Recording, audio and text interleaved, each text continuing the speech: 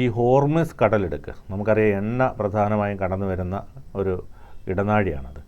അപ്പോൾ അത് ബ്ലോക്ക് ചെയ്യാനുള്ള ഇറാൻ ശ്രമിക്കുന്നുണ്ട്. അപ്പോൾ അത് ബ്ലോക്ക് ചെയ്ത് കഴിഞ്ഞാൽ വലിയ പ്രത്യാഘാതങ്ങളാണ് ഉണ്ടാക്കാൻ പോകുന്നത്. എന്തായിരിക്കും അതിൻ്റെ അവസ്ഥ? അതായത് ഇറാൻ്റെയും ഒമാൻ്റെയും ഇടയ്ക്കുള്ള ഒരു പ്രദേശമാണ് ഈ ഹോർമസ് കടലിടുക്ക് എന്ന് പറയുന്നത്. 54 കിലോമീറ്റർ മാത്രം വീതിയുള്ള, അതായത് 29 നോട്ടിക്കൽ മൈൽ വീതിയുള്ള ഒരു കടലിടുക്ക് പ്രദേശം. അതായത് ഗൾഫിലേക്ക് നമ്മൾ കടക്കണമെങ്കിൽ ഈ കടലിടുക്ക് കടക്കാതെ മുന്നോട്ട് പോകാനാകില്ല.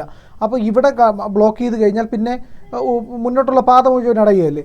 അത് നമ്മൾക്കറിയാമല്ലോ, ഈ പറയുന്ന ഈജിപ്തിനടുത്തുള്ള സൂയിസ് കനാൽ എന്ന് പറയുന്ന മേഖലയും ഇതുപോലെ പ്രധാനപ്പെട്ടതാണ്. ആ മേഖല ഏതെങ്കിലും ഒരു യുദ്ധം ഉണ്ടായി അത് അടഞ്ഞു പോയി കഴിഞ്ഞാൽ അത് തീർന്നു. കാരണം പിന്നെ നമ്മൾ ആഫ്രിക്കയെ ചുറ്റി മാത്രമേ യൂറോപ്പിലേക്ക് പോകാൻ കഴിയുള്ളൂ. അത് മാത്രമല്ല, ഈ ഒരു കടലിടുക്കിൻ്റെ പ്രത്യേകത, ഹോർമസ് കടലിടുക്കിനുള്ള പ്രത്യേകത എന്ന് പറഞ്ഞു കഴിഞ്ഞാൽ ഗൾഫ് രാജ്യങ്ങൾ, പ്രധാനപ്പെട്ട ഗൾഫ് രാജ്യങ്ങളായ UAE, Kuwait, Saudi Arabia, Iraq തുടങ്ങിയ മേഖലകളിലേക്കെല്ലാം കടന്നു ചെല്ലേണ്ടത് ഈ വഴിയിൽ കൂടെയാണ്. അപ്പം നമ്മുടെ ഒരു വഴി അകത്തോട്ട് കിടക്കുന്ന വഴിയിൽ ആദ്യം താമസിക്കുന്നവൻ ആ വഴി അങ്ങ് അടച്ചു കഴിഞ്ഞാൽ പിന്നെ അകത്തേക്ക് പുറത്തേക്ക് ആർക്കും പോകാൻ കഴിയില്ല. അപ്പോൾ അവിടെ കൊണ്ടുവന്ന് കുറച്ച് കപ്പലുകളങ്ങ് മുക്കിയാൽ മതി. ഈ പറയുന്ന 3 പാതകളാണ് പ്രധാനമായിട്ടുള്ളത്. അപ്പോൾ ഏതെങ്കിലുമൊക്കെ കപ്പലുകൾ മുങ്ങിയാൽ പോലും ആ പ്രദേശത്തൂടെ കടന്നു പോകാൻ കഴിയാതെ വരികയും വലിയ അപകടം ഉണ്ടാവുകയും ചെയ്യും. നമുക്കറിയാമായിരുന്നു, ഒരു 2-3 വർഷം മുമ്പ് സൂയിസ് കനാലിൽ ഒരു കപ്പൽ അപകടം ഉണ്ടായിട്ട് കപ്പൽ ബ്ലോക്കായിട്ട് അവിടെ ചരക്ക് നീക്കം ബാധിച്ചത്. അത് എത്രത്തോളം ലോകത്തെ ഗുരുതരമായി ബാധിക്കുന്നു എന്നുള്ളത് നമുക്ക് അന്ന് മനസ്സിലായതാണ്. അതുപോലെയാണ് ഹോർമസ് കടലിടുക്ക്. ഇതിൻ്റെ മറ്റൊരു അപകടവും കൂടിയുണ്ട്. അതായത് ലോകത്തിൻ്റെ മൊത്തം എണ്ണ വ്യാപാരത്തിൻ്റെ 20% കടന്നു പോകുന്നത് ഈ ഹോർമസ് കടലിടുക്കിൽ കൂടെയാണ്. അതായത് കപ്പലിൽ കൂടി ലോകത്തിന് മൊത്തം കടന്നു പോകുന്ന എണ്ണ വ്യാപാരത്തിൻ്റെ 40%, അതായത് ലോകത്തിൻ്റെ മൊത്തം എണ്ണ വ്യാപാരത്തിൻ്റെ 20% ഇതിലൂടെ കടന്നു പോകുന്നു എന്നുള്ളതാണ് ഈ മേഖലയുടെ പ്രാധാന്യം ഇത്രത്തോളം വലുതാക്കുന്നത്. ഈ 2011-12 കാലഘട്ടത്തിൽ യൂറോപ്യൻ യൂണിയൻ്റെയും അമേരിക്കയുടെയും സാങ്ഷൻ വന്നപ്പോൾ, ഉപരോധം വന്നപ്പോൾ ഇറാൻ ഈ പറയുന്ന കടലിടുക്ക് അടച്ചിരുന്നു. അതുപോലെ തന്നെ 2019 ഒമാനിലെ ടാങ്കർ ആക്രമണത്തിൻ്റെ സമയത്തും ഈ പറയുന്ന മേഖല കയ്യേറാനായിട്ട് ഇറാൻ ശ്രമിച്ചു. അന്ന് ഇതുപോലെ ഗുരുതരമായിട്ടുള്ള പ്രശ്നങ്ങൾ ഉണ്ടായില്ല. പക്ഷേ 2020 ഖാസിം സുലൈമാനിയുടെ വധം നടന്നപ്പോൾ വലിയ രീതിയിൽ ഇതിനെ പിടിച്ചെടുക്കാനായിട്ടുള്ള ഒരു നീക്കമൊക്കെ അന്ന് നടത്തിയിരുന്നു. പക്ഷേ ഇവന് പറഞ്ഞതുപോലെ എണ്ണക്ഷാമം പലപ്പോഴും മറികടക്കുന്നത് നമ്മളുടെയൊക്കെ റിസർവുകൾ കയ്യിലുള്ളത് കൊണ്ടാണ്. ഈ പെട്ടെന്ന് ഒരു സാങ്ഷൻ വന്നു, ഇല്ലെങ്കിൽ ഒരു പ്രശ്നം വന്നു, ഇവരെ ഉടനെ അവിടെ അങ്ങ് ബ്ലോക്ക് ചെയ്ത് കഴിഞ്ഞാൽ നമ്മുടെ എണ്ണ സംഭരണം ഉണ്ടല്ലോ, നമുക്ക് ഒരു റിസർവ് ഉണ്ടായിരിക്കുമല്ലോ, നമ്മൾ കരുതൽ എണ്ണ ശേഖരം, അതെടുത്ത് ഉപയോഗിക്കുമ്പോഴത്തേക്ക് നമ്മൾക്ക് കുറേ നാൾ പിടിച്ചിരിക്കാൻ പറ്റും. പക്ഷേ അതൊരു ദീർഘകാലത്തേക്കുള്ള ഒരു ഓപ്ഷൻ അല്ല. അതാണ് ഇതിലെ ഏറ്റവും വലിയ പ്രത്യേകത എന്ന് പറയുന്നത്.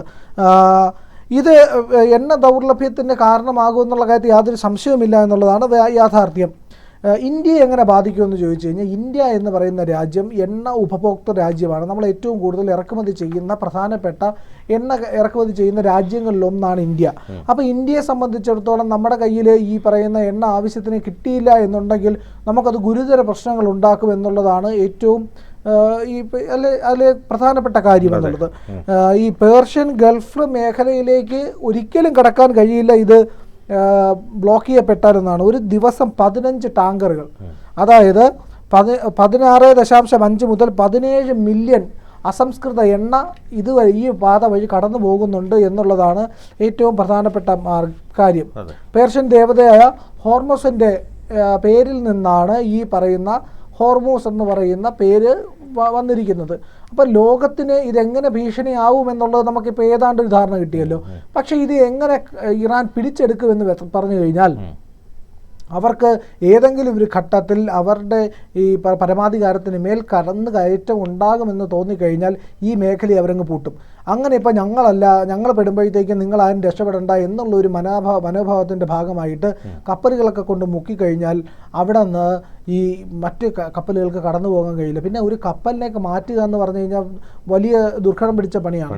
അപ്പം അതുപോലെ ഇവരുടെ കയ്യിൽ ഒരുപാട് കപ്പലുകൾ കാണുമല്ലോ പഴയതായിട്ടുള്ളതൊക്കെ, ഇതൊക്കെ വലിച്ചു കൊണ്ടുവന്ന് ആ പ്രദേശത്തിട്ടങ്ങ് മുക്കിയാൽ മതി.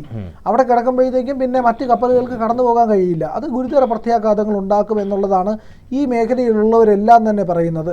ഇത് ഇപ്പോൾ ഇറാന് ഇതിൽ വലിയ റോളില്ല. കാരണം ഈ ഉപരോധമൊക്കെ ഏർപ്പെടുത്തിയത് കൊണ്ട് ഇറാനിൽ നിന്ന് എണ്ണ വാങ്ങുന്ന രാജ്യങ്ങളുടെ എണ്ണം വളരെ കുറവാണ്.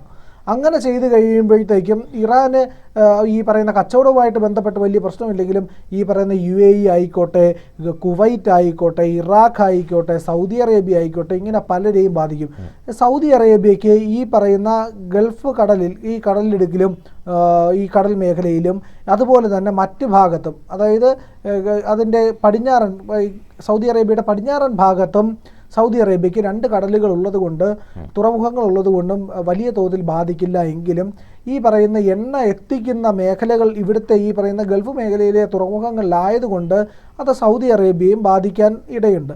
എങ്കിലും ഈ പറയുന്ന ഏഷ്യൻ രാജ്യങ്ങൾക്കാണ് ഏറ്റവും കൂടുതൽ ഇവിടെ നിന്ന് എണ്ണ വരുന്ന മറ്റൊരു മാർഗം. മറ്റ് രാജ്യങ്ങളിലേക്ക് അല്ലാതെയും കയറ്റുമതി ഉണ്ട്. അതും യാഥാർത്ഥ്യമായിട്ടുള്ള കാര്യമാണ്. സൗദി അറേബ്യയിൽ നിന്നൊക്കെ വൻതോതിലാണ് എണ്ണ കയറ്റുമതി ചെയ്യുന്നത്. അപ്പോൾ ഇന്ത്യയിലേക്കൊക്കെ എത്താനുള്ള നമുക്ക് പെട്ടെന്ന് ബാധിക്കും ഇത്.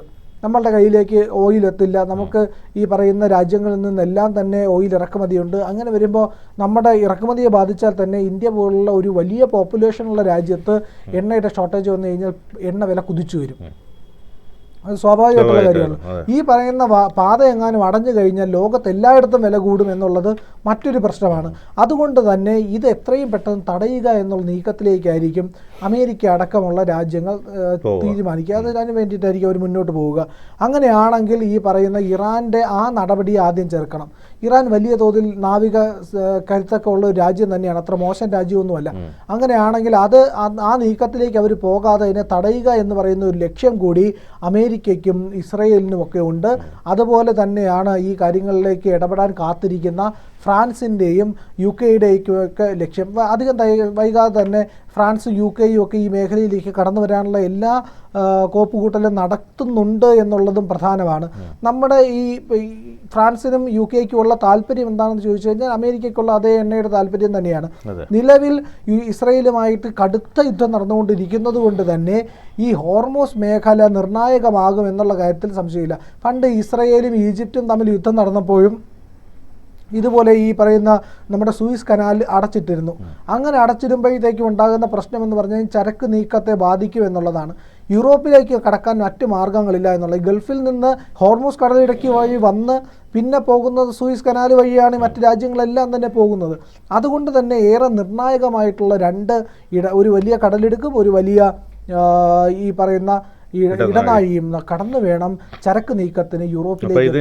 ഇനി എന്തായിരിക്കും ഇവരുടെ നടപടിക്രമങ്ങൾ, ഏത് തരത്തിലായിരിക്കും പുരോഗമിക്കുന്നത്? പൂർണ്ണമായും ബ്ലോക്ക് ചെയ്ത് അടയ്ക്കാനുള്ളൊരു സംവിധാനത്തിലേക്ക് എത്തുകയാണോ?